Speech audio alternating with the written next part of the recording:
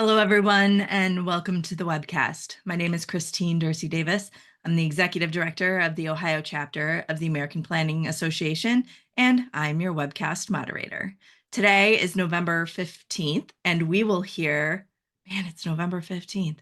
We will hear Maintaining Public Green Stormwater Infrastructure, Municipal Case Studies. For technical help during today's webcast, you can type your questions in the Q&A box, and I'll do my best to answer those. For content questions related to the presentation, again, type them in that Q&A box. We will answer those at the end of the presentation during the Q&A. I just ask that as you come up with questions, you type them in and that you include the speaker that you'd like to answer the question. It just helps me at the back end here. Today we are hosted by the ENRI division of APA. Let's see if I can do it. Environmental Natural Resource Division. Did I get it? I hope I did. And the Water and Planning Network, which is a group of folks at APA that they're not quite a division, but they're more of an interest group. And we've had them on here before, and we love the collaboration that these two groups are doing together. So we're glad to have them with us again today. These are our upcoming webcasts. This is it for 2024. You're going to notice a couple things. One, the giant E there, we've got ethics for you. And then the giant L over there, we've got law for you. Talk about coming in hot at the nick of time, but we're doing it.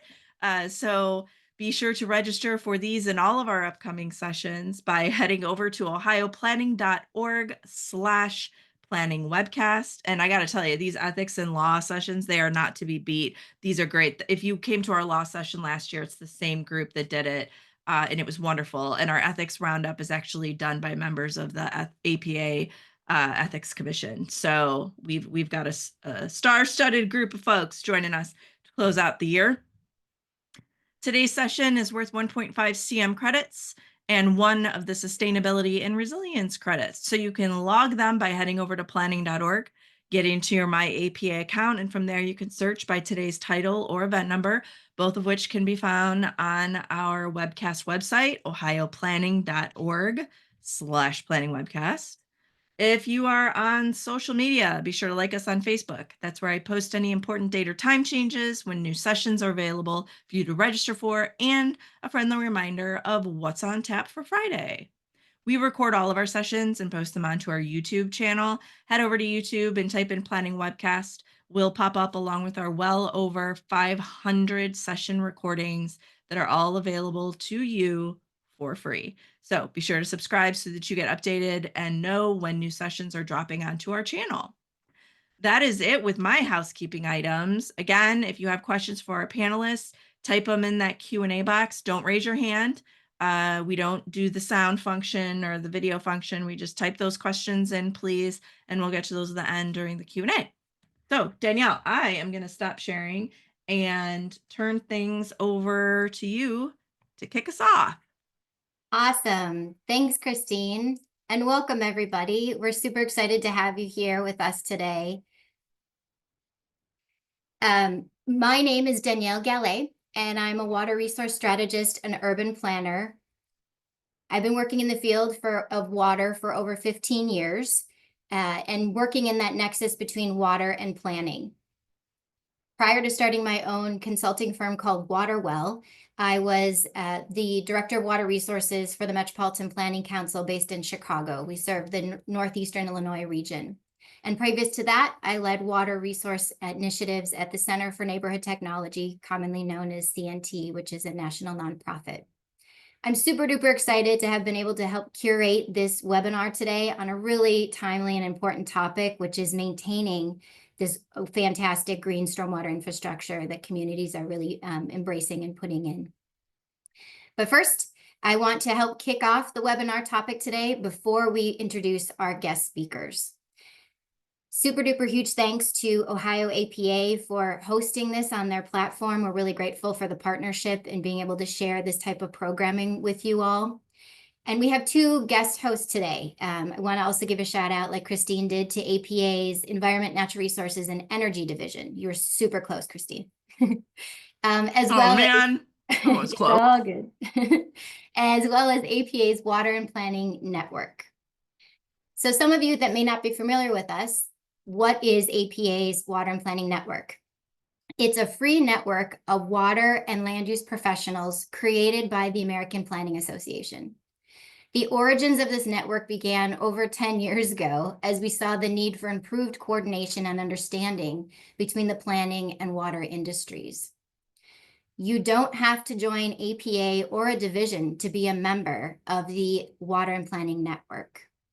Our membership is growing. We have over 500, and we would love to welcome and join you as well. All you need to do is shoot us an email at that email you can see listed on the slide, water@planning.org. You can also find out more information about us on APA's website.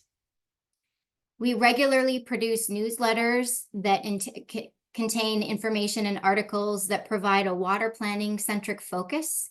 And we also help to notify what other organizations and agencies around the country and globally may be doing with regards to events related to this topic as well. So definitely sign up and you'll be able to receive those newsletters. We also do webinars 2 to 3 times a year. And today's webinar is one example of those webinars. We have been doing these webinars for over 5 years, and we're happy to continue doing that. So please definitely consider joining us, and you can check us out online in social media with X Twitter, and also follow us on LinkedIn. So before I introduce our speakers today, I want to provide some context and kind of level setting here with regards to the topic that we're going to be discussing, specifically maintenance of green stormwater infrastructure. For the purposes of this webinar, we are defining green stormwater infrastructure, or commonly known as GSI or GI, or sometimes known as nature-based solutions. It can get confusing, but it all generally, the way we're defining it here is infrastructure at the urban engineered site scale. So think bioswales, rain gardens, permeable pavement, green roofs, and trees. These engineered sites are installed within the urban context and are designed to capture, retain, and where possible, reuse rainwater and snowmelt. GSI has been proven to provide multiple ecological, economic, and social benefits above and beyond reducing urban flooding and polluted stormwater runoff. It can also positively impact energy consumption, air quality, carbon reduction and sequestration, groundwater recharge, reduce the urban heat island effect, and provide opportunities for nature-based placemaking, recreation, and other elements of community health and vitality. So the motivation for installing this type of infrastructure can vary from place to place, as we'll learn today. I remember when I was back in planning school, and I'm going to date myself a little bit, in 2007, and we were learning about green stormwater infrastructure. And it was one of the first forays to understanding the inextricable link between land use planning and water management. And given the way that green stormwater infrastructure is integrated into communities, into their built environment that they interact with, this type of infrastructure provides a great opportunity for collaboration and coordination between planners and water managers, since stormwater impacts both of the sectors. Over the years, regulations on water, wastewater, stormwater utilities, and municipalities have become more inclusive of GSI, such as in MS4 permitting and combined sewer overflow consent decrees. GSI, if planned well, can be an effective companion to necessary gray infrastructure, such as curbs and gutters, that collect stormwater runoff. And this type of infrastructure has been growing in popularity as a way to help address the impacts of climate change, as global weather patterns continue to become more and more erratic and extreme. Using these types of nature-based solutions is seen as a way to help communities and the built environments they live in be more resilient to these extreme weather events. Communities and organizations have been busy putting together great guidance, policies, and ordinances design templates, and funding sources for implementation and installation of GSI. Yet, even with the implementation of GSI increasing across municipalities, many communities continue to struggle with maintaining this type of engineered infrastructure. I will say in my own work, I've been exploring viable funding streams for GSI maintenance by working with a nonprofit workforce development organization called OAI to test out a shared service model to reduce costs for maintaining GSI sites that were installed in disadvantaged communities around Chicagoland, which is where I'm based. I am also co-leading an effort with multiple city departments in the city of Chicago to stand up a long-term asset management program for its public green stormwater infrastructure sites. And that's why we're all here today. So selfishly, I really wanted to learn more about how others are tackling this issue, given the work that I'm doing. And it seemed like there was an outpouring of others wanting to really hear how are other people really cracking this nut, figuring out how to do the long-term maintenance of this infrastructure that can really serve our communities. That's why we're here today, to hear about how some communities have figured it out in standing up that long-term maintenance program. And we're excited to have brought together 3 speakers representing municipalities from around the US. The municipalities they will be talking about vary greatly in size. For example, Philadelphia is over 1.5 million in population. Tucson, Arizona is about 550,000 people. And Wauwatosa, Wisconsin has just under 50,000 people. This is on purpose. We wanted to see how communities at various population scales and different climates are being successful in implementing maintenance programs for public green stormwater infrastructure. So without further ado, let's meet our speakers. I will introduce them in the order they are speaking, and if speakers go ahead and turn on your cameras so they can get a visual of you. The first speaker I'll introduce is Bill Sezenek, who is AICP. Bill is co-chair of the APA Water and Planning Network. He is also a technical practice leader for sustainable environmental and infrastructure planning at CDM Smith, with over 35 years of experience in water resource planning and management, environmental planning, and information technology. He is a primary author of the APA Planning Advisory Service Report titled Planners and Water. And he is also an adjunct professor in the Rutgers University Graduate School of Planning and Public Policy, teaching sustainable infrastructure planning since 2012. So we're excited to have Bill here with us. Bill will be talking first, and he'll be covering some of the larger size municipalities such as Philadelphia. Our second speaker is Brooke Bushman. Brooke is the City of Tucson's Storm to Shade Program Green Stormwater Infrastructure Maintenance Manager. She develops communication and technical systems to oversee and coordinate the upkeep of the city's over 800 legacy and new shade to storm GSI assets. In 2023, Brooke launched the Hexagon Enterprise Asset Management System for GSI assets to manage the work of the storm to shade contractors, ensuring the assets function to meet the city's climate action plan goals.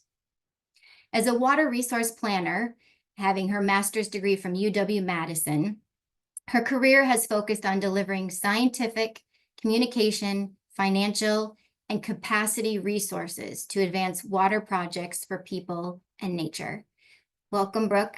Brooke will be our second speaker talking about the City of Tucson, Arizona's GSI maintenance program. And then third and final, but certainly not least, is Maggie Anderson. Maggie is a professional engineer and certified floodplain manager specializing in the design, management, and implementation of stormwater and green infrastructure projects. With over 20 years in the field, she has a passion for delivering innovative, sustainable solutions that mitigate flooding risks while handling environmental resilience. Maggie is currently serving as a senior civil engineer at the city of Wauwatosa, Wisconsin, where she leads multidisciplinary teams in designing and executing stormwater systems. She holds a civil and environmental engineering degree from Marquette University and is a licensed professional engineer, or PE, in Wisconsin. Her expertise spans hydrologic and hydraulic modeling, stormwater design, and the integration of natural systems into urban landscapes. Welcome, Maggie. We're happy to have you as well. Maggie will go last, and we'll be speaking about the city of Wauwatosa and their GSI program and maintenance. So here's how this is going to go. I'm going to turn it over to Bill, and then he'll turn it over to Brooke, and then she'll turn it over to Maggie. And then at the end, Christine will come back and she will help facilitate the Q&As that you all have put in your chat. So if you want that question asked, be sure to put it in the chat. That's the function to use.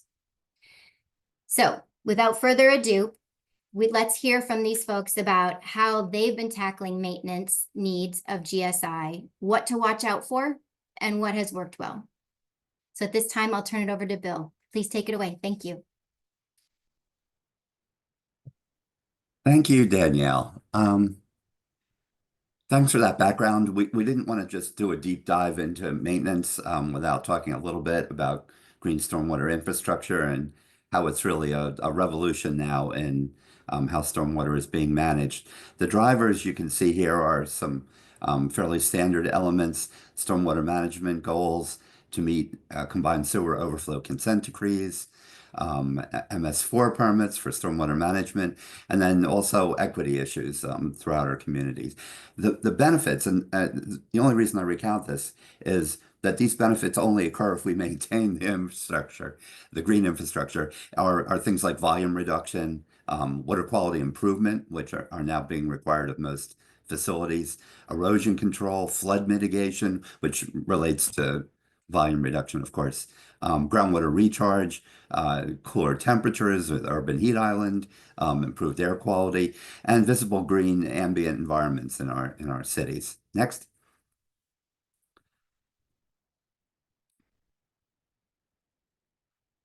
Next. Are we able to go next? Ah, there we go. Thank you. All right. Just some trends regarding green stormwater infrastructure and maintenance.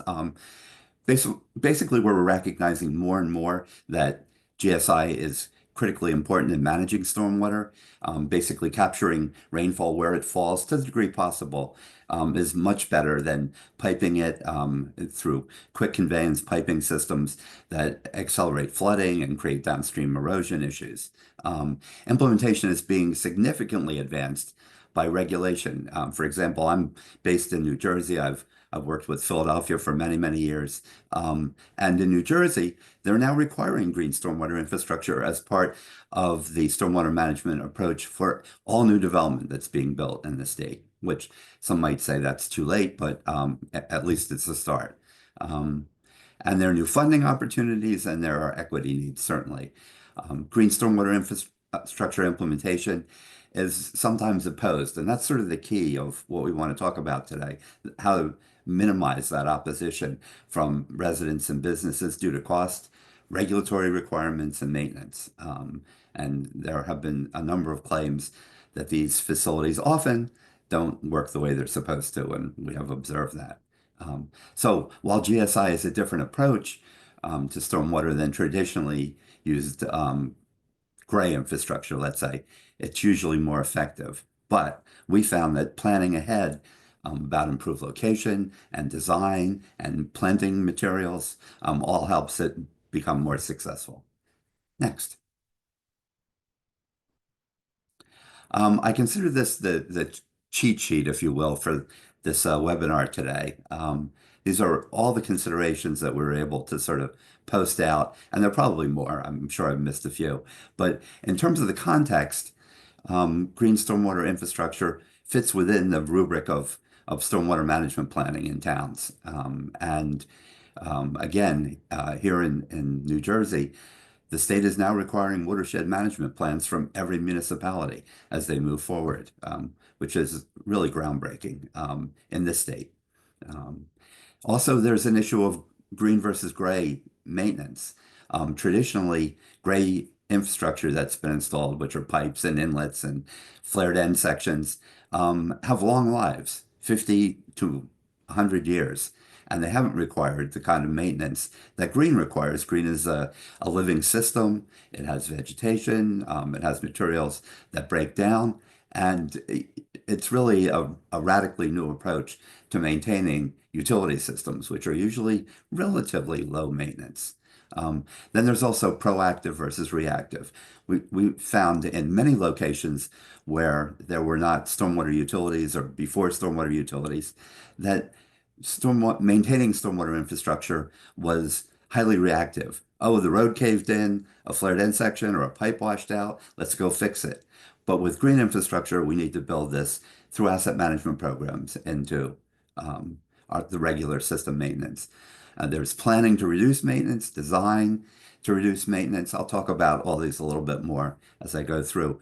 Construction and inspection, critically important. We've seen in many locations where maintenance activities become fixing poor construction installation. In a situation with green infrastructure where you're trying to capture the first inch or inch and a half of rainfall, the fact that an inlet is placed a half an inch too high cuts down half of the effectiveness of that particular green practice. Uh, Asset management, there are tools now that are available for towns to regularly maintain. Complete streets, again, many locations are building green infrastructure into their complete streets program. There are partners that can be brought in. Workforce training is a huge issue, as Danielle indicated, and cost is also an emerging major concern. So I'm sorry I spent too much time on that, but let's jump to the next one and we'll go through some of these items. In terms of program approaches, and we see this in cities like San Francisco, New York, Philadelphia, there's an increasing emergence of volunteer programs for maintenance. In Philadelphia, they have both maintenance staff as part of the Philadelphia Water Department regular staffing, and they're also working with landscaping contractors, and now it's spreading that out to the community neighborhood grants.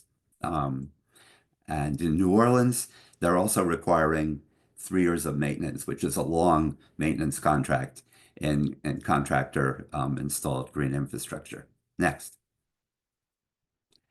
It's useful to talk about Philadelphia, and I've been working with Philadelphia for many, many years on the Green City Clean Waters program. It all came about in April of 2012 when Philadelphia actually was the first city in the country which was allowed by EPA and Pennsylvania DEP to rely principally on green infrastructure as their method of reducing combined sewer overflows. And I've spoken to EPA about this. There are other cities, Portland, Seattle, many others that were doing really good green infrastructure before this. But Philadelphia was the first that was allowed through their consent agreement. Typically, EPA did not allow this because it was hard to measure. But at any rate, they were able to convince EPA otherwise. Next. And Philadelphia has developed a wide range of maintenance guidance. And that's one of the themes today is that there is, where green infrastructure is being implemented, there is typically guidance about how to maintain it. And there's a lot of guidance available. And it's about, a dozen or more practice types. So there is lots of information out there. We found that it's really not the shortage of guidance and technical support. It's really the will to implement new maintenance programs, the staffing and workforce training to maintain green infrastructure facilities, and the cost. Next. And here's an example of Philadelphia Water Department's GSI maintenance guidance. And you can see on there some fairly typical items for routine: inspecting soil and repair eroded areas, remove litter and debris under monthly activities, clear leaves that block outlets, inspect trees and shrubs, add mulch, inspect under drains. These are all fairly standard items, but they need to be performed regularly for the green infrastructure to operate properly. Next. Um, and Philadelphia, just over the last week or two, um, announced an annual grant program to neighborhood groups to help involve them in keeping the green infrastructure maintained on each block.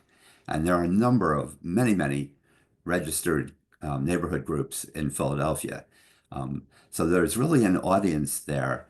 And these folks on each block um, have an interest, many have expressed interest in keeping the green infrastructure looking good and functioning properly.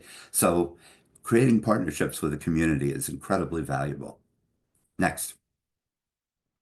Um, so overall, this is a call for folks to plan and design with maintenance in mind. And for the planners out there, um, one of the things that we did for Philadelphia, and we partnered with them in coming up with a GSI planning program, was assessing soils, helping conduct infiltration testing, reviewing prior land uses. A lot of time building green infrastructure over historic urban land uses can result in spreading existing pollution. So it's something you want to be aware of. Drainage and topography is critically important, again, in planning green infrastructure, looking at how a series of blocks or streets might drain and what the general topography is. Where are the low points in the area? How do we begin to pull together a system that can treat on an area-wide basis? And we found in many locations throughout the country, and this is just a very rough ratio, that green stormwater infrastructure has about a 10-to-1 treatment ratio. So an acre of green infrastructure can treat and infiltrate about 10 acres of impervious surface, what many people call green acres. Also, identify GSI planning staff. I know for smaller towns, this is hard. Perhaps work with the planning department and engage them in using their GIS and their tools and identifying opportunities for GSI installation and perform opportunity analysis. Philadelphia actually went out and worked methodically to use all the factors that I just talked about to begin to plan out, and then brought in some consulting assistance to look at opportunities on blocks and neighborhoods. Um, and that really eliminated the downstream challenges once these facilities were implemented. Next. And again, design with maintenance in mind. If you have hardscapes, um, um, now, if you have a lot of trash, hardscapes can be a good solution because they're easier to clean. We see a lot of experience with bioswales and street planters throughout the country collecting trash, and people are using them as disposal, devices, and that can be a huge eyesore. Um, Also, install grasses. Originally, when green infrastructure was installed and first planned, the idea was to make it beautiful. And the landscape architects went crazy with a palette of different flowers and colors and heights. And we found that in the maintenance of that, the crews don't really know in the wintertime or in the autumn what a weed is and what a plant is. And it has become very difficult to maintain complex plantings. So we found monotypic grasses throughout the beds are much more effective in maintenance, and they actually provide better stormwater management and provide ready access. That's another issue of if you have a detention or a retention area or a bioswale or a planting, have a way that maintenance equipment can access that easily. Next.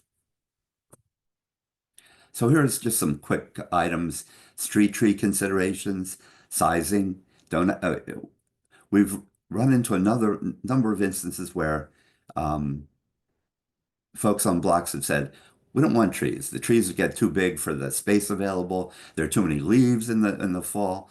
So that has become a point of sensitivity. So again, planning ahead and working with the block on planting types and scale is very important. Next, bioswales. Here are what I call the ugly family pictures of bioswales. Um, they cannot drain properly. They collect trash. Vegetation can die back. Bioswales and street planters need regular maintenance. And if you plan ahead for that and budget for it, it doesn't become an obstacle to implementation the green infrastructure spreads across the town. Next. Consider pre-treatment again if you have areas that have that are impacted by sedimentation and erosion. Consider pre-treatment devices. Next, basement flooding, another issue in urban areas. Um, Generally, some rules of thumb are to keep green infrastructure infiltration about 10 feet away from sensitive basements and other facilities. Again, it depends on the subsoil condition, and your infiltrometer will help you with that. But you want to make sure that your placement and your planning for green infrastructure respects adjacent facilities that may be impacted by subsurface flooding. Next.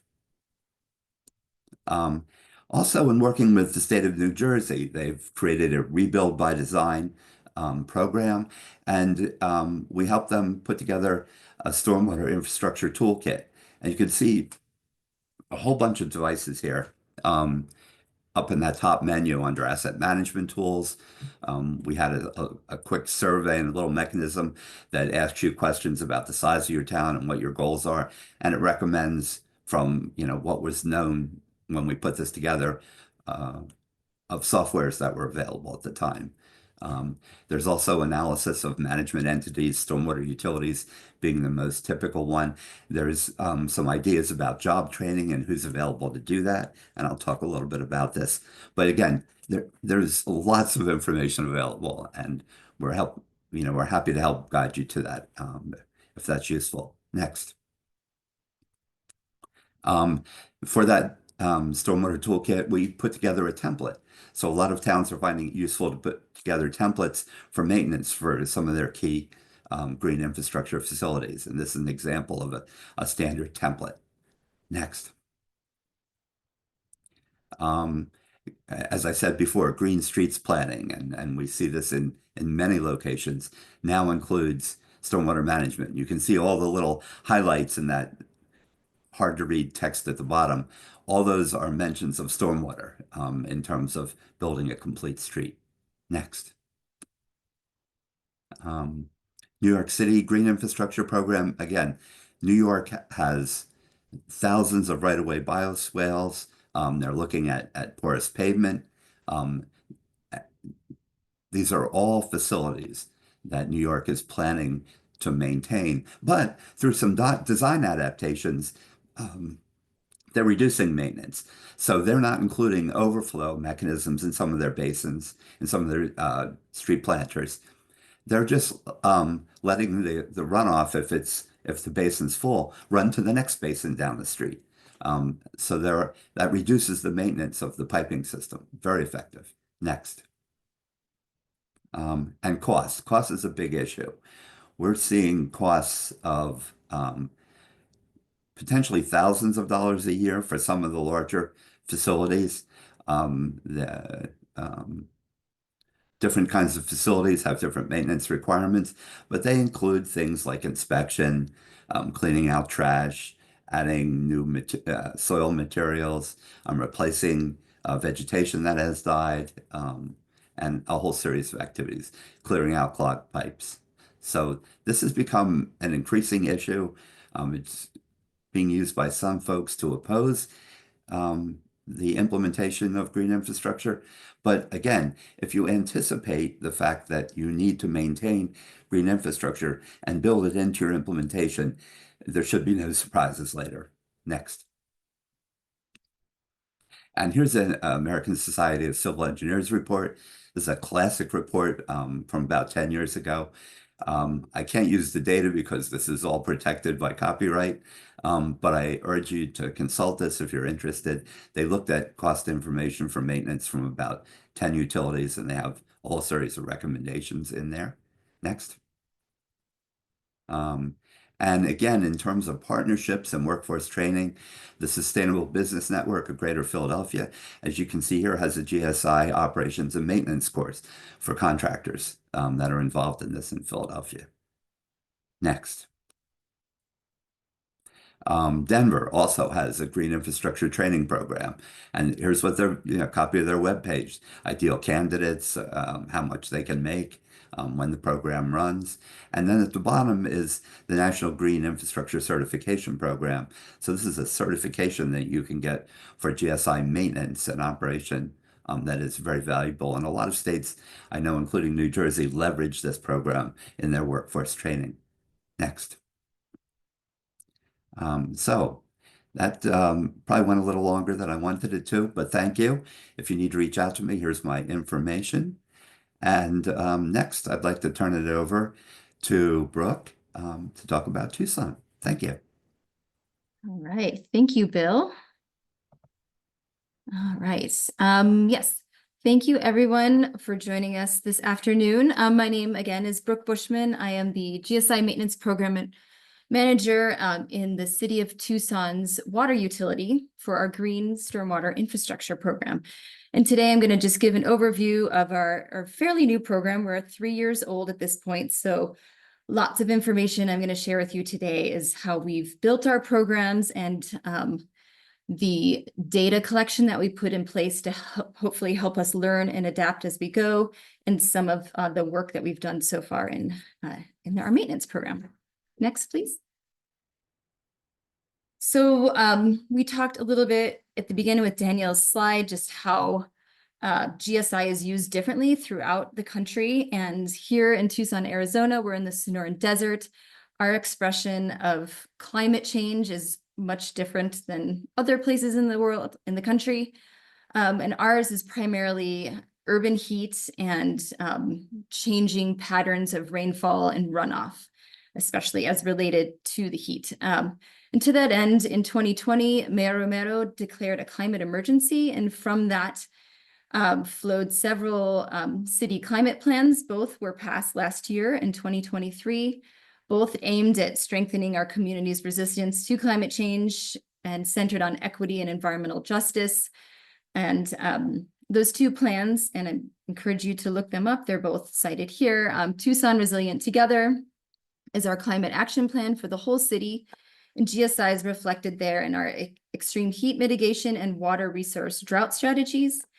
And Tucson Water published the One Water 2100, our 80-year plan for our water future, which for the first time takes a one water approach and formally includes stormwater as one of the water sources for the city.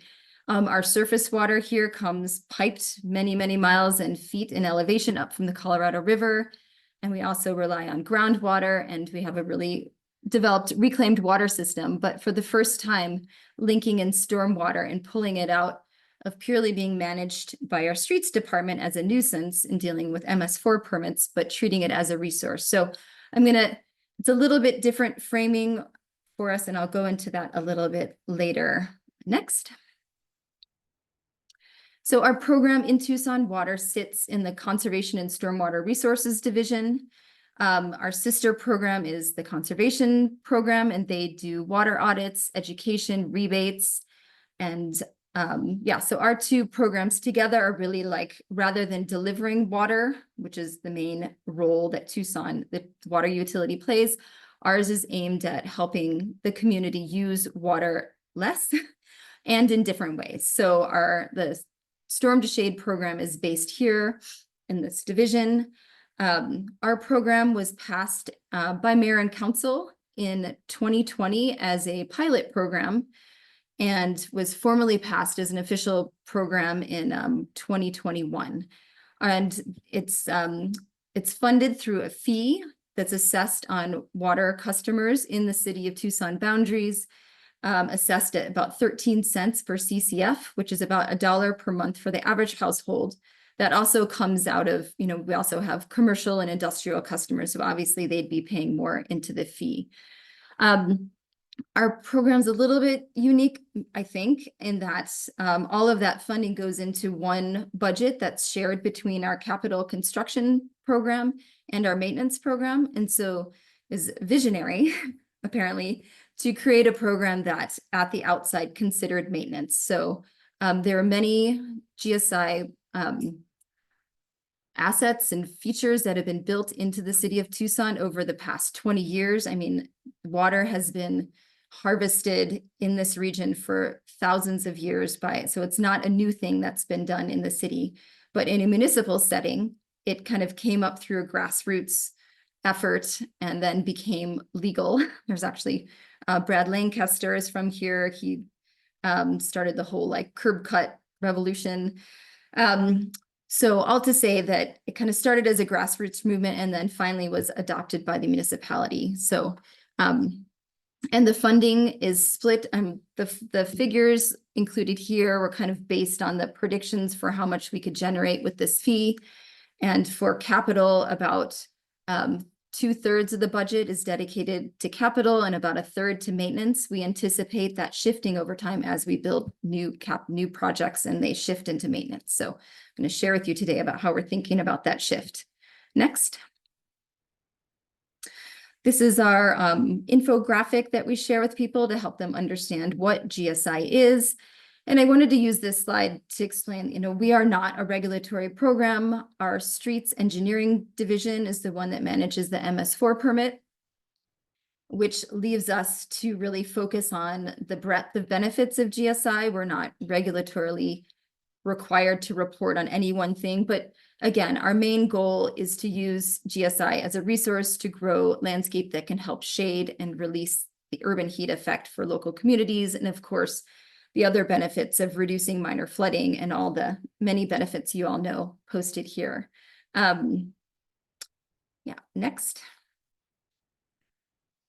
We use the tree equity score to prioritize the location of new projects where we're going to invest. And also, should we get in the future into a place where we are resource constrained, it might drive how and when we do maintenance.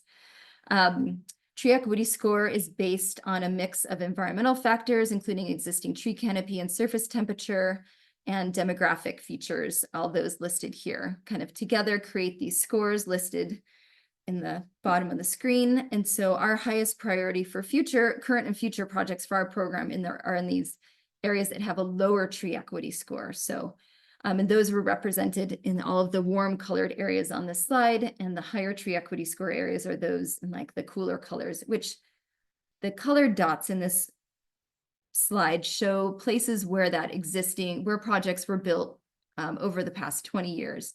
And they're in areas that it might be that they're increasing the tree equity score in those areas, or it could also be that these are the wealthier parts of Tucson where people are already well resourced.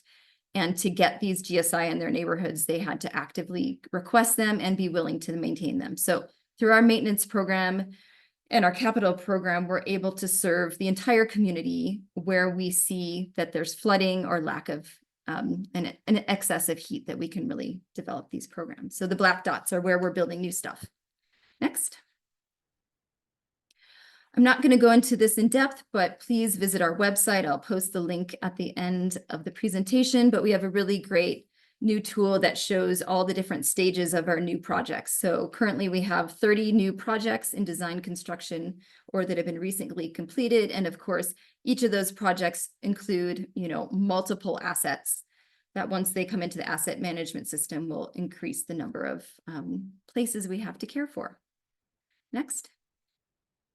This is an area that wasn't well articulated when our program was formed. You kind of think of like building and maintenance, but how do you get from one to the other? So I actually found this process really gratifying to figure out how to make this work with my colleague, John Choi, who runs the capital program. So we use the establishment phase, which is typically in Arizona about 2 years for our native vegetation to become established in the landscape. And that's the 2-year period where we're also irrigating or hand watering the plants. And our goal is that basically we consider a project implemented and active once it's completely weaned off of. So our goal is to not use supplemental water. We're using purely stormwater to grow and sustain these features. And so John tries to build as much of that establishment period into the contract, but anything left within that 2-year period comes into our maintenance budget. So it's kind of a little bit of like a sliding scale. But throughout that entire 2 years, our storm to shade staff, of which there are 4 of us, go out and do monthly inspections. And then any maintenance would be taken on by the installing contractor during contracted establishment. Once it flips into my program, anything that we find in those monthly inspections will be looped into the already scheduled preventative maintenance that our 6 contractors are performing. We've also learned, we've set like when we started the program, the maintenance cycles were anchored around our seasons and the times of year when maintenance is most needed in different ways. So that comes to about quarterly, every 3 months.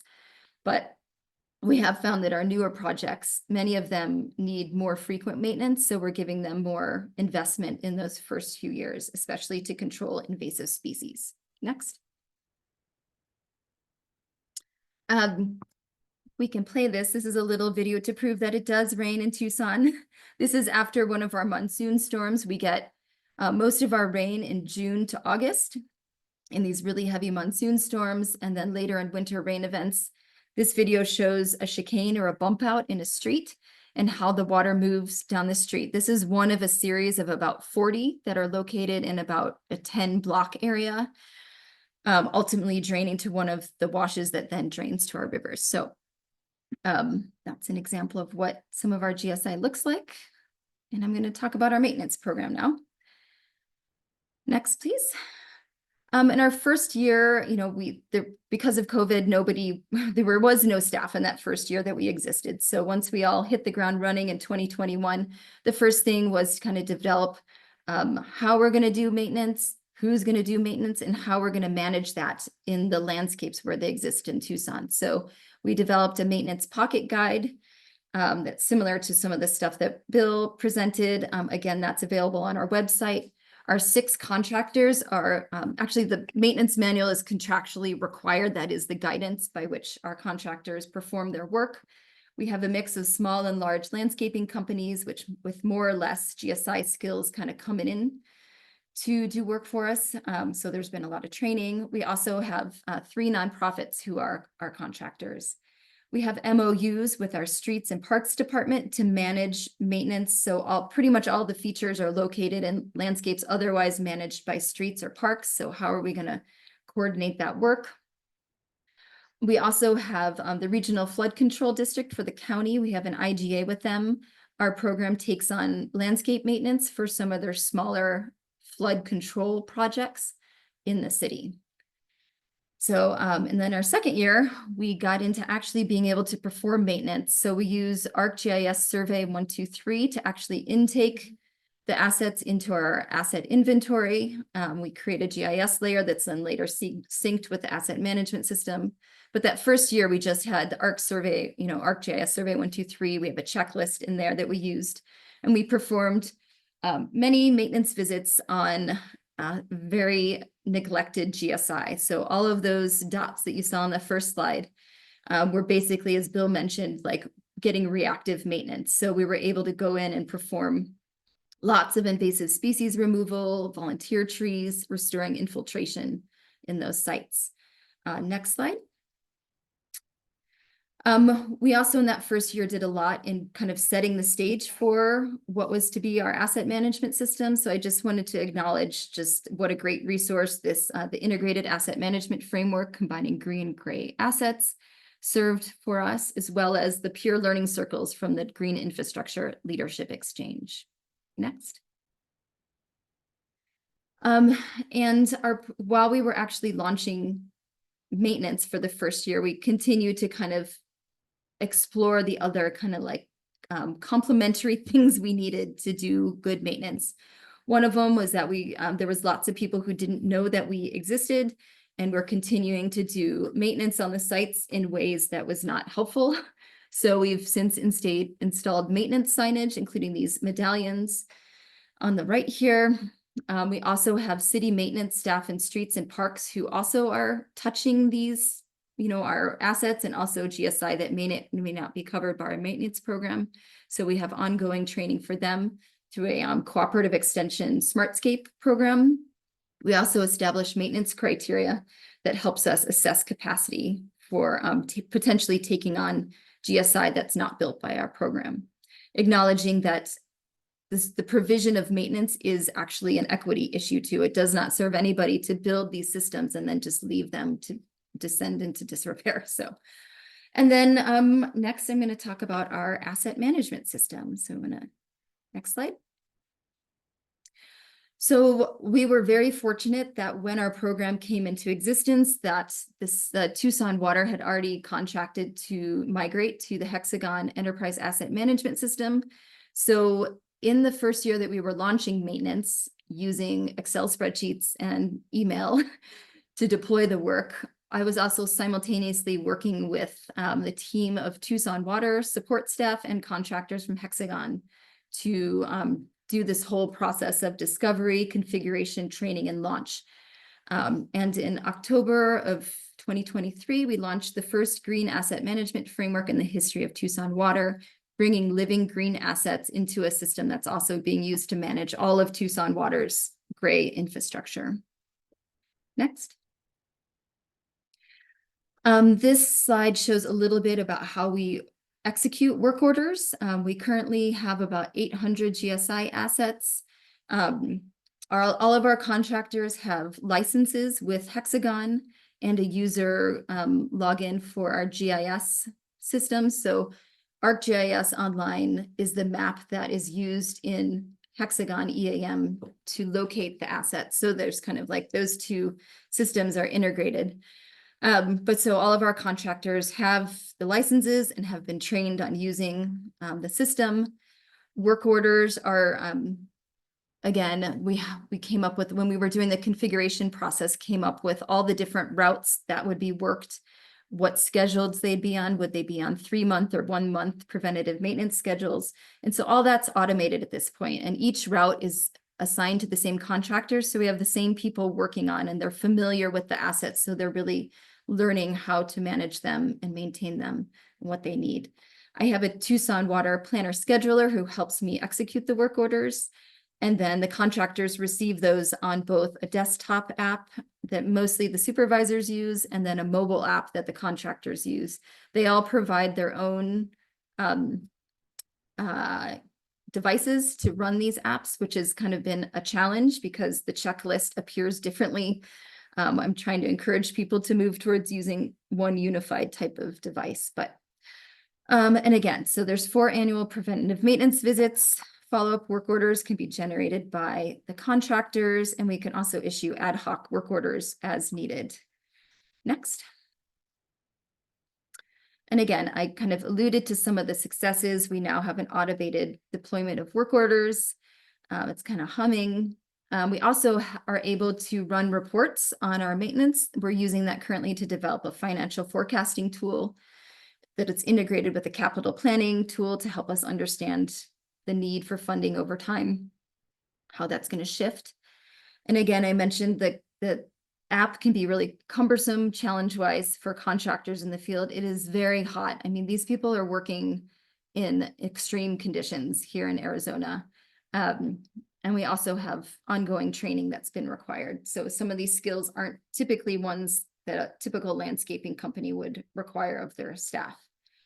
And just lessons learned, if you're going to go into this endeavor, I highly recommend seeing how your checklist looks on the pre-configured layout. That's been a big lessons learned for us.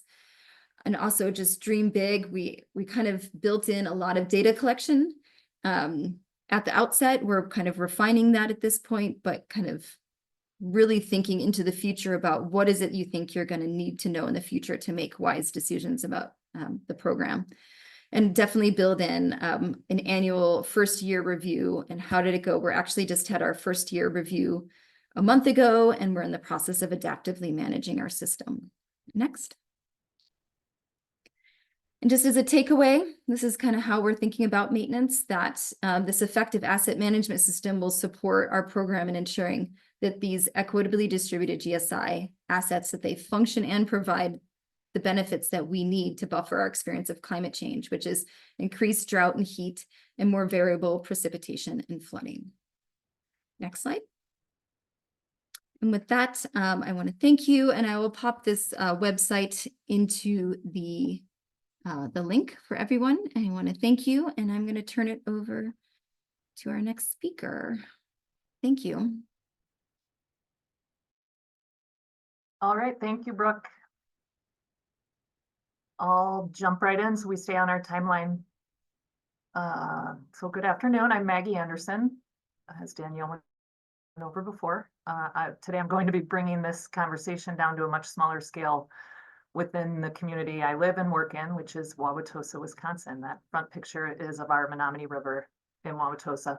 I've done my best to keep acronyms to a minimum, but please forgive me in advance if I rattle off a few too many. I did hear Danielle and Bill hit a few, so I think I'll be all right. Next slide, please. Okay, so a bit of background with where I am. Wauwatosa is a first-ring suburb on the western edge of the city of Milwaukee. The view on the right there shows Wisconsin in yellow, or the little red dot on that southeast corner. Within Milwaukee County, Wauwatosa sits on the western edge. We consider ourselves guardians as what's referred to as the third coast, or the fresh coast, which is Lake Michigan.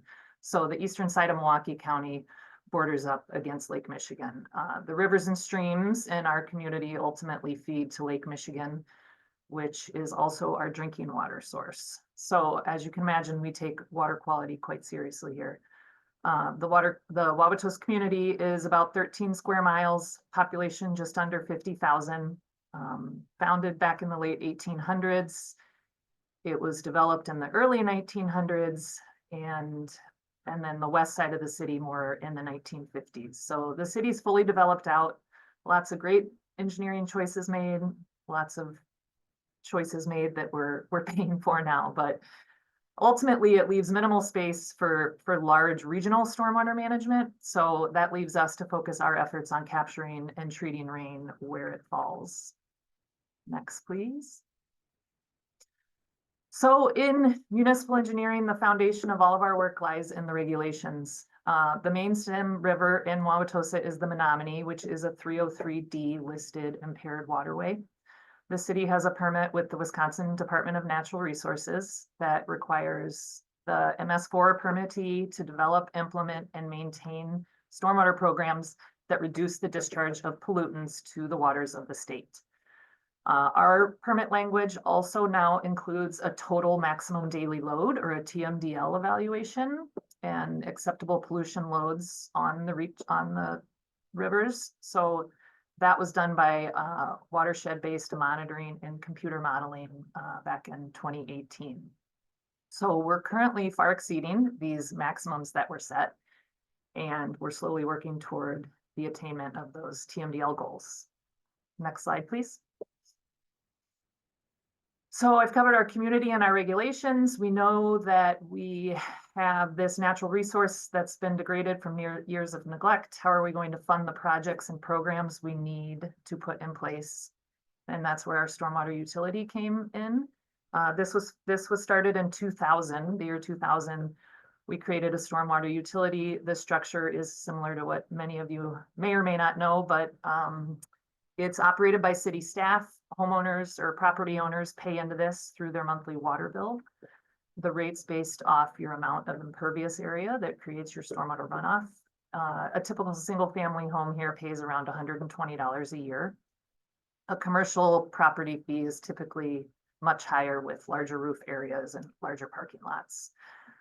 Under state law, the collected revenue must be used for stormwater management, which includes both flood control and water quality related needs. So our community has experienced significant flooding in the past, and we have been implementing large-scale flood control projects to address structural flooding of homes. So as you can imagine, that takes a large amount of this reserve, but we also are making sure funds are getting set aside for water quality initiatives with this funding. Next slide.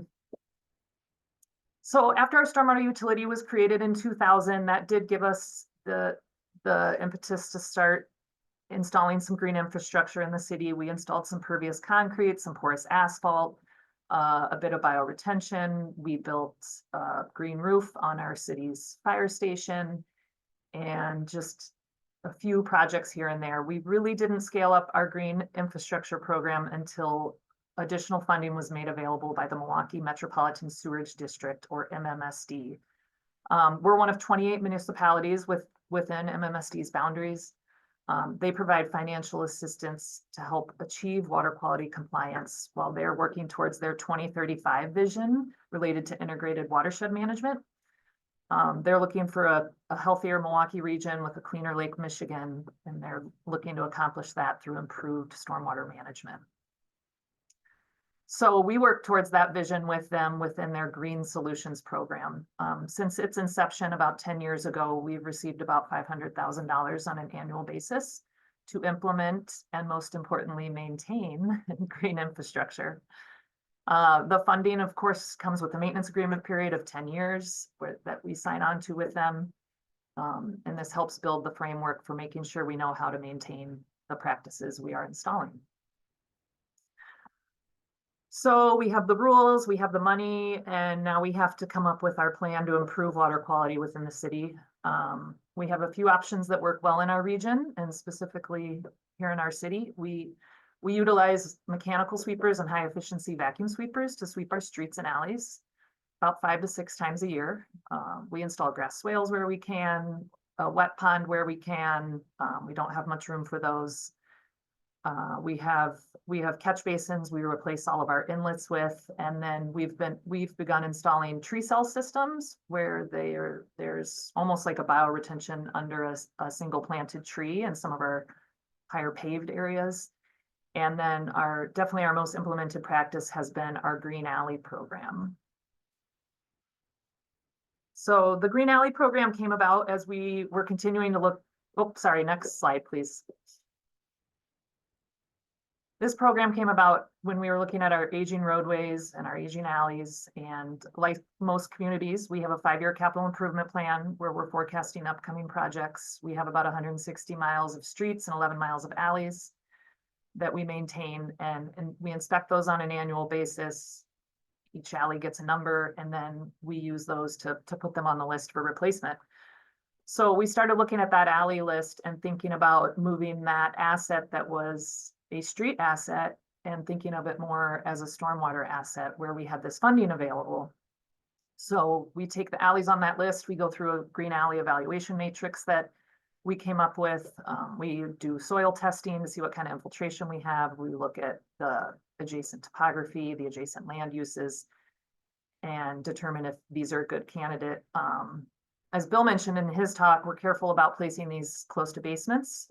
So we do have, most of our alleys are rear yard, and any structures along the alleys are typically just separated garage structures. But when we do have a basement in close proximity, we use the 10-foot rule of thumb, and we also line those storage areas with the rubber membranes so that we don't see infiltration into basements. Okay, next slide, please. So this is our design considerations when we're putting the alleys in. This is typically what I go over more in these, but I'm just gonna kind of skip through design quick so we can talk more about maintenance. But we basically take our gray alley and to turn it into a green alley, we're switching from that typical V cross section where you have all pavement, the water goes to the middle and then runs longitudinally down towards an inlet. So you have, a roof or a parking lot, impervious, draining to a pipe, impervious, draining to your storm sewer system, impervious. So we're trying to disconnect that by installing the paver system down the middle, which is more of a trapezoidal section, wide as we can get section of pavers with it typically ends up being about 2 to 4 feet of stone beneath there. We don't see a lot of infiltration back into the ground here because of our type C soils. So, which is, real clayey, real stiff, not a lot of infiltration.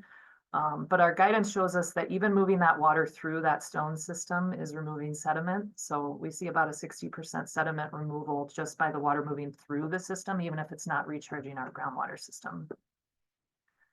And then the success of the system really does depend on the water moving through slowly and never standing still. In Wisconsin, your biggest enemy with pavement is always the freeze-thaw cycle. So it's really important to not have any standing water under the system. That's going to rot your paver from below. And then we don't want to see any standing water on top of the system as well. We do have on the right of that is the observation wells we install. It's pretty simple. It's just a 4-inch PVC pipe with slits on the side so that we can pop a cover and put a yardstick down there to see if our subsurface is clogged with water, is holding water. We want to have a way to look under there. These systems also have under drains in them with clean outs at the end, so we can make sure that that is free draining as well. Next slide, please. So our maintenance program is all about preventative and restorative. Upon the first installations in 2015, we took manufacturers' recommendations. We created a simple Excel sheet. We sent that out to Public Works, and then they started taking care of the alleys just one by one. So in the beginning, you know, we were installing 3 or 4 a year, and they were sweeping them on just with our mechanical sweepers. Equally important, right when those alleys were going in, we were talking to residents just with mailings or while the construction was happening about things they needed to do to be good stewards of the alley. You know, don't store your mulch in a big pile on your back alley. Don't store piles of sand or anything that can clog those open joints. And then we asked residents to call into our Department of Public Works, our DPW, if they saw any issues. Regular inspections by our engineering staff and our DPW staff let us know if we have any issues. So once it's really those inspections, the outreach, and just sweeping of that top of the alley, that's our regular maintenance. Once the system has clogged between the joints of the pavers, we move into this restorative phase. The manufacturer recommendations on this was that it was going to happen around the 10-year mark. We definitely saw it earlier than that. We were seeing it about the 3 to 5 year mark, especially if we had an alley adjacent to a large parking lot or something with a high run-on ratio. We also feel that restorative step often goes a lot quicker if it's not as clogged. So a couple of the pictures you see here are our staff doing the power washing. So we would come through with our vacuum sweeper, back as much as we can up. Staff comes through, power washes any clogs up. The vac goes through again, and then on the right, you see them sweeping in. It's a 3/8 inch chip limestone that they sweep back into those joints. We also do reset any sections that have settled or are ponding in any way. So that's just picking pavers up and resetting them back in. Next slide. This is a side-by-side of showing alleys when they do start to clog. You might have to squint a bit, but you can see on the picture on the right, their ponding is occurring along the right edge during a rain event. So this is just driving by, taking a couple pictures when it's raining. I think this was in 2019, so maybe 3 years after that 2016 alley was put in and 2 years after the 2017 alley. So you can see no ponding on the 2017 alley. Actually, at the front of that 2017 alley is one of those observation wells. You can see the cap that we put concrete around there. On the right is the 2016 alley that's starting to pond along the right side. This also shows that our ponding's occurring on the right where we have larger parking area, larger roof area with that apartment building, where on the left side we just have a smaller driveways, smaller roofs. Next slide. So once we get in there with that restorative process, this is kind of a close-up of what it's looking like when we're cleaning out those paver joints. It's choked off with weed and sediment on the left and then restored to its original condition on the right. What I do love about these pavers is, and there's back and forth on our pavers better with or without the rock between. We we like having that chip to catch stuff at the surface. We're 10 years in, we haven't seen any of our subsurface sections clogging yet. We check those observation wells, our cleanouts are running. So we hope that we're getting, you know, the larger debris more at the top of the system, and that it's not going to clog our systems. Next slide. So I'll touch on our asset management of how we utilize that to take care of things. The city holds an ArcGIS enterprise license, and we've put considerable effort into getting all of our assets into this system. We then invested in making sure our field staff had a tablet with the ability to access in the field. Most have iPads. There are some Androids, but we mostly deal with iPads. And then we use ArcGIS field maps in conjunction with the Survey 123 for any forms to collect data in the field and send it right back to our ArcGIS online system. Next slide. This kind of shows the evolution of that asset management. Similar to, you know, what Brooke was saying, everything starts with simple log sheets and Excel sheets. So we had a list in Excel, we had a log sheet, and now those have been converted into attribute information in GIS and work orders through our city's system is called EnerGov, where the work order can be created. We're on a small enough scale that those work orders are just done by DPW in-house and sent out to their crews, but they're talking over there where that work order system isn't as important on a smaller scale as it is in a large city. The other great part about the GIS system is now when the alleys go in, they're added right into the GIS system. It makes it so nobody forgets when another new alley has been added. Next slide. A few lessons learned from our program. These two photos show a 2015 alley next to a 2021 alley. We've definitely widened out our paver section. The narrower strips were clogging quicker, so we're getting more pavers, less concrete. Lessons learned on, I always get questions on salting and plowing in Wisconsin. We were concerned with salt degrading the pavers. That has not happened at all. We continue to salt our alleys as we normally do. We haven't had any plows chipping the alleys. We have an opposite issue actually, because we had the paver section settling a bit. So when that paver section settled, then the plow was actually catching the concrete edge, not the paver edge. So we made a bunch of design adjustments 3 or 4 years in, adding some geotextile layers between the stone sizes. We found that there was some stone migration happening that was leading to paver settling. So we think we've addressed that. We've also learned that the simple marking can go a long way. That logo on the bottom is a concrete stamp we now own. So anytime we put these in, they say Green Infrastructure, City of Wauwatosa, MMSD, to recognize the partnership. And let people know this is not just your typical alley. And we have a web page that goes along with this where people can go learn more about it. Next page. So that's our program, and that's a bit how we take care of it. We have 26 alleys. We've removed almost 2 acres of pavement, stored almost 1 million gallons. I really wanted to write 1 million gallons there. Next year we'll be able to. We have 10 more planned within our capital plan over the next 5 years, and we continue to streamline the work order process for our maintenance crews as well. Next slide. So thank you, and that's the end of my presentation. I think it transitions back to Danielle or Christine for the Q&A. Awesome. Thank you all so much. I hope you all were really excited to hear about these case studies. I'm seeing all these animated. Yeah, thank you for the virtual round of applause for all these speakers talking about these communities really cracking the nut on asset management and maintenance of green stormwater infrastructure. If I could ask all the speakers to be able to come back on camera, and I'm going to turn it over to you, Christine, to help manage any Q&A that came in. Thanks. Fabulous. And boy, do we have the Q&A.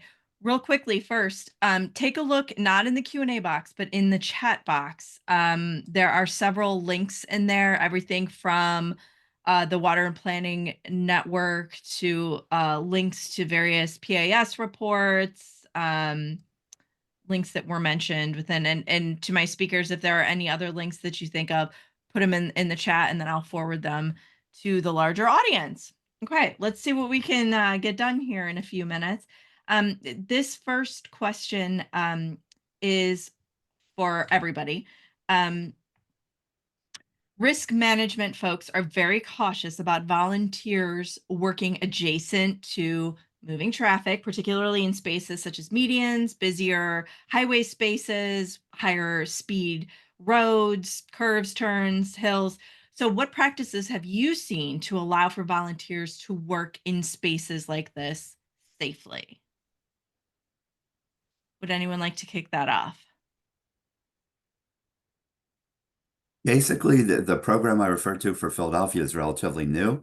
I have not heard what their safety procedures are. I assume that they will have some sort of class or training in safety, and that there will be some coordination with the police department or public safety. Usually coning off or providing some workspace adjacent to the green infrastructure is a safe practice, but I can explore this further and get back to you. Thank you. I think the city of Tucson's a little different, that we're, for the most part, discouraging volunteers from doing the work, at least at this initial outset phase, and that they call us when they need work done. And most of our projects are built in parks, or they're on neighborhood streets, not so much the collector and arterial streets. One of our contractors does have a unique program, Tucson Clean and Beautiful, where they have this is not volunteer, but they have a stipend worker program where people in neighborhoods can come work with them for a small stipend, which is a way that we're engaging communities to do it. But cones are great. There's Nothing to add from me. We don't have any Okay. volunteers working on ours. Okay. This next question popped through, and I thought, oh, I have to ask this because actually I'm super curious about it myself. Local governments in South Florida have adopted various artificial turf or astroturf regulations in their land development code. So I'm gonna kind of stray. I'm gonna take this question and run in a slightly different direction for a moment and say, can we take a minute and talk about artificial turf and its benefits, the pros, the cons, whether we use them in Florida, or perhaps they are used out west in conjunction with other forms of ground cover. So if we could talk a little bit about the pros and cons of that from the perspective, I guess, of, our water infrastructure and water filtration, things like that. And then it says, do you recommend merging faux green infrastructure in with green stormwater infrastructure? So it's kind of a two-part question. One, talk to me about artificial turf. And then two, should it be part of this particular conversation? Do you want to schedule another webinar for that? Yes, I would. This is all very interesting This to is me. very complicated. I bet. And there's a Oh, lot of work really? to be done. Merging them is great, especially in arid environments. And some places like Princeton have done some really interesting work merging turf, artificial turf with green infrastructure, and are having fantastic performance as a result of that. So it does work together, but there are all sorts of issues related to plastics, bioplastic runoff, depending on the turf type. So it can get complicated quickly. Yeah, and I'll say from Tucson that we're actually discouraging it. It gets very hot. Like, I put some in my backyard and I had to install shades because as far as like our climate, it does not help. I mean, our goal is to use nature to help cool the environment, and I've learned so much about how desert plants, they are adapted to evapotranspirate, and fake grass does not. In fact, City of Tucson just has a commercial turf ban that was just passed, so that companies are no longer allowed to plant turf, and they are not allowed to replace it with faux turf. It's not an option. And the bioplastic is a thing too, that we're addressing. Yeah, if I could just underscore what we're seeing with regards to, if we think about the whole life cycle and the need to reduce plastic use in our communities, Those microplastics are emerging contaminant for the water industry in our water sources. And so laying it down and then having stormwater run across it and it having degrading over time, and creating that pollution into our water sources is something to consider. There are some artificial turfs that don't have that effect, but they're very expensive. Also, someone asked just quickly about grasses in general. When I was referring to grasses, I thought I was referring to native grasses, not turf grasses. Maggie, did you have anything you wanted to add on that? You're muted. Sorry about that. No, we don't see a lot of that here in Wisconsin. We have a plethora of rain and ability to grow. So I wanted to give you a shout out though for talking about climate. I had a point of bringing that up, and design and maintenance is very different in freezing environments versus arid versus rain definitely. Temperate environments. Yeah. Thank you. This next question, I think this is for you, Brooke, if I remember, if this was your portion of things. There are a couple questions regarding the tree equity score. Was that you? Yes. Oh, go me. Okay, excellent. The first question was, which tool or app do you use for the tree equity score? And then I guess some backing up from that, how does one even develop something like this to see where you're at as a baseline? Yeah, we built it off of the American Forests organization has a whole framework. It's really, I recommend you look at their website. It's really well thought out and gives you kind of like the main kind of what each piece of the puzzle means. Our GIS staff, I don't know if it was our Tucson Water GIS department or division actually took that framework and adapted it for our use. And so the American Forest website is great because it drills down, it tells you which what each attribute means and what data sources they use. It's usually like some sort of LiDAR satellite imagery that's used for your area, and then likewise surface temperature, sort of remote sensing type of stuff. And then the demographic data is mostly pulled from the census.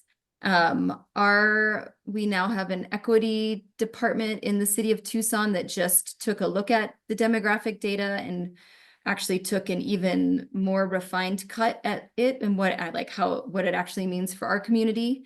So we'll have some refinements to how the tree equity score is used. But once you have the map, it's basically a GIS map layer. And when we're doing planning for, scoping out new projects, there's like a tree equity score for each neighborhood in the city. And so we overlay that map onto an area with flooding or other considerations, heat that we know are present, and figure out like what is the tree equity score for that area. And sometimes when you can have an area that looks like a high tree equity score, but on the ground, like it takes some, it's a high level. You got to have that on the ground experience to back it up too. Thank you. NAIA webinar do I conduct without having to ask about money? So here's my money question before we run out. Where do we get the money? So thinking of budgeting, do you have to make a case to create a new program that's both capital and heavy maintenance? Because, it seems that they are frankly intertwined. And then can we talk about it? So can we get some examples of how those kind of discussions are broached and from what angle they come from? There is probably some really good experience among our other panelists. I will just say two things. One is that stormwater utilities have been a huge benefit in terms of creating a funding mechanism, and many states have them. There are thousands of them throughout the country. I know New Jersey just authorized them 2 years ago in terms of that approach. And I forgot my second item, so I'll turn it over to the other folks. Yeah. Maggie, why don't you go first, Nick? Sure. Yeah. I mean, I would say in our smaller community, it's just smart decision making that needs to take place with funding. So we luckily have the stormwater utility in place, and we have this support from MMSD, but still have to to balance that with not creating nightmare maintenance scenarios for our own staff. So my feeling in designing and implementing this work is that if I am clear on what needs to happen in the upfront, I can have people on board to do that with me or with our department. If we ignore it and put it in and don't talk to anybody about what it is, how it works, it's sure to fail. So communication is the long-term key, and that explains the budget piece away sometimes. As far as Tucson, of course, this predated me. But there was the then Tucson water director and division lead. I mean, there was, as I said, GSI has been a grassroots. I mean, it is part of living in the desert to harvest rainwater. And so there was an awareness of that and an observation that it worked, and an observation after building so much and nobody take care of it, that maintenance was absolutely needed as a part of it.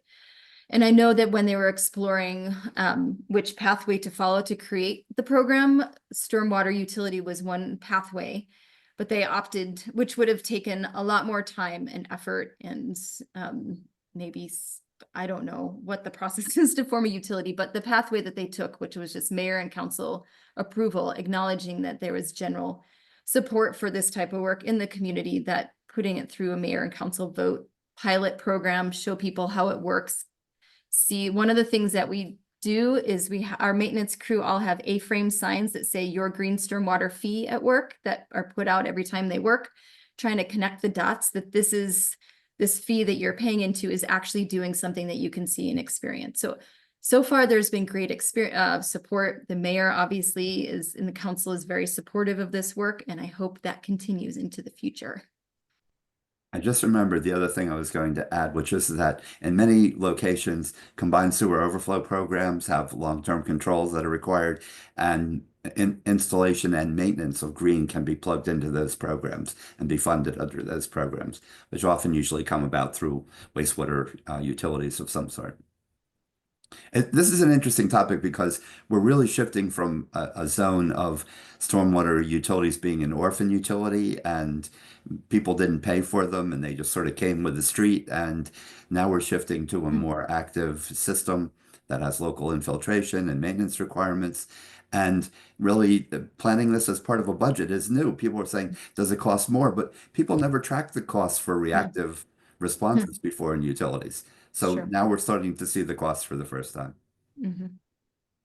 Guess what? It's 2:30. We gotta wrap up. This was a wonderful conversation. And I look forward to part 2 on artificial turf here coming soon. So thank you all for joining. This was a wonderful conversation. To the Water and Planning Network, to the Henry Division, thank you for joining us again. Folks, don't forget to log your CM credits, and don't forget to register for our upcoming sessions. I'm already booking into 2025, so those sessions will be available to register for here shortly. Everyone, have a great weekend. Thank we'll you, talk next Christine, and time. Ohio APA and APA. Thank you. Thank you so much. Bye, everyone.